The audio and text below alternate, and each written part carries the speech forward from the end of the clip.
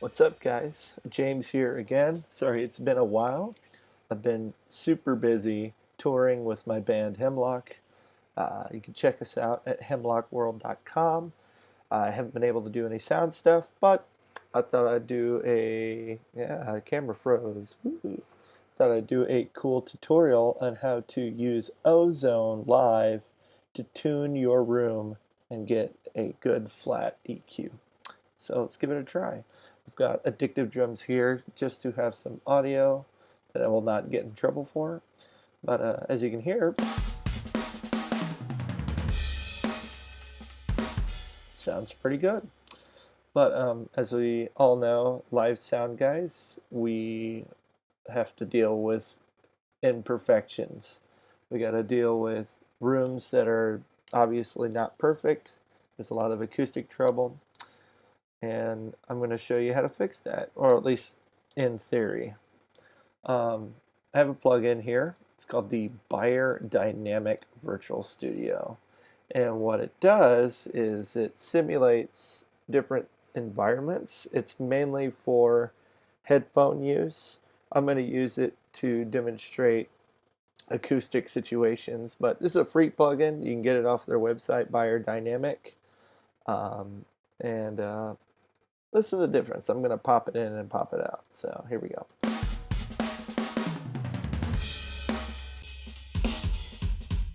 Instant difference. If you really want to hear it, put some headphones in.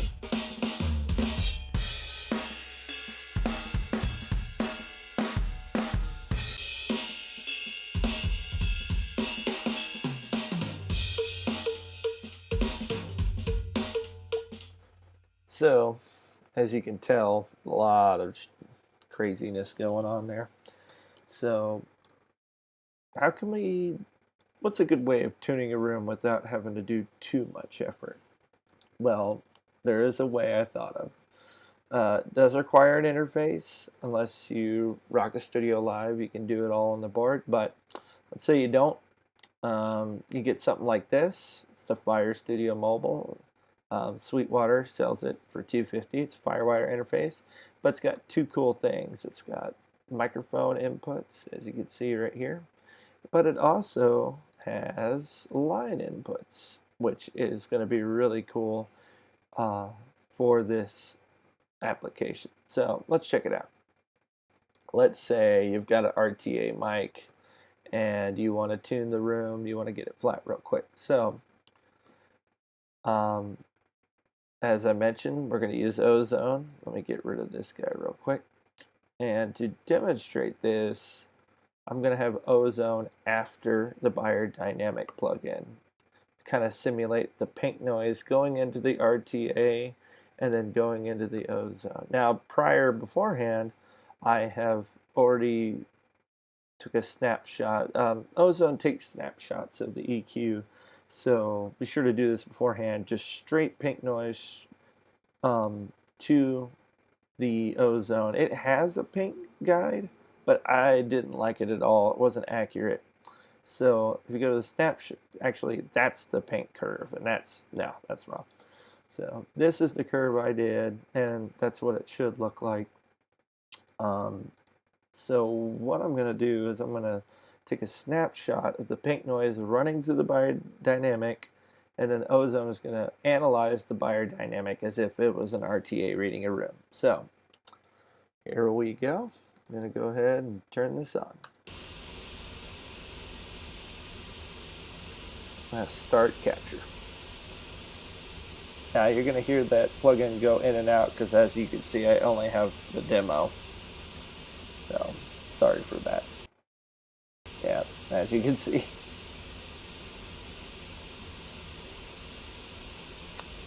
This should be good. Okay, go ahead and mute that. So that's the curve right there. As you can see, it is totally not flat, which is kind of the aim we're going for. So here's what I like to do. I'm going to take this Ozone, put it behind the buyer to simulate EQ before speakers, blah, blah, blah. And I'm going to go to matching. I'm going to make this all the way down. I'm going to make the pink noise. Oh, before you do that, go back to snapshots and be sure to name your snapshot. I'm going to just say room tuning. This is really awesome if you do different venues every night if you're a touring guy. So go to matching. We're going to make the reference, which is the paint guide right here. And we're going to apply it to the room tuning. Pink, yellow. See? Pink, yellow. And hit match.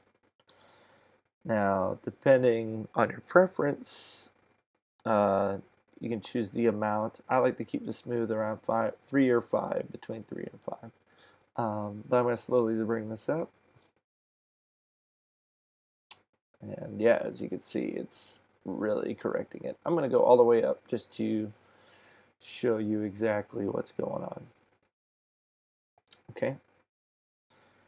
And real quick, gonna make sure I don't kill anybody. All right. One more quick thing to do is, since there's a lot of boosting, as you can see, there's almost 10 deep. I mean, there's drastic amounts of decibel boost and cuts and stuff, so it's going to be a lot louder. So what I like to do really quick is run pink noise again, just straight, and basically match the output with the input. And as you can see on my master, I got it at -15, but I only did that just so you guys wouldn't be like, oh my god. So here we go. I'm going to pink it again. Yeah, see that. I'm clicking these guys to see the top. So I'm going to go down and try and get these right here to match. That's the RMS.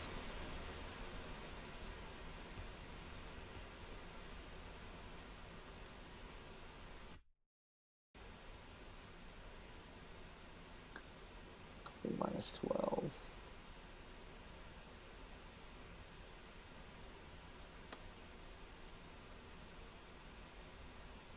Yeah, as you can see, the peaks and the RMS are about the same.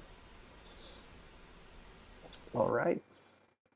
And that's basically it. If you want to get it back to volume, just put an L2 or some limiter type after Ozone and get it, obviously limited, and then raise your, margin where you want it. But to these drums again, go ahead and pull them up. Now what I'm going to do, I'm going to bypass. I'm going to hit play, just to let you hear, and then I'm going to bring it in. So here we go. It's without.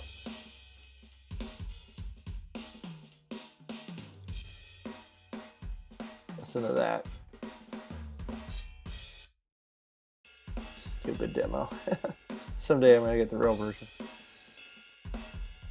It's out.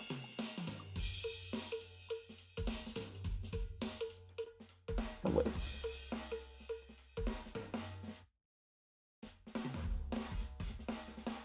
You can even see it on this guy.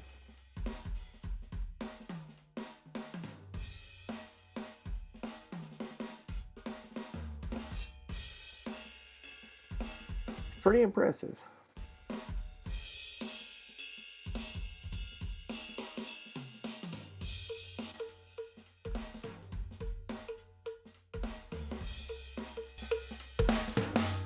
That's nothing. Obviously it's a little quieter because I got other stuff going, but before.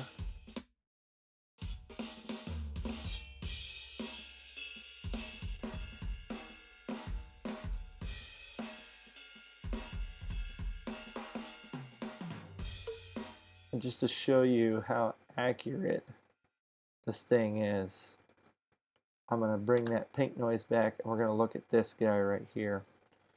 So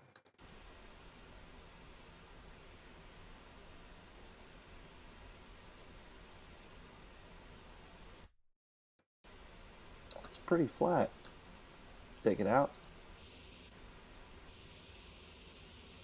Peaks right here, right here, here, here. Bring it back in. And it's flat. So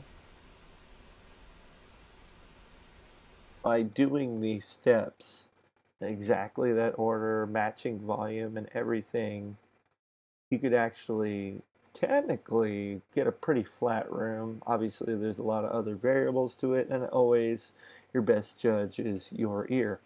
So give it a try. Let me know what you think. I'm also going to test run it on a bunch of systems.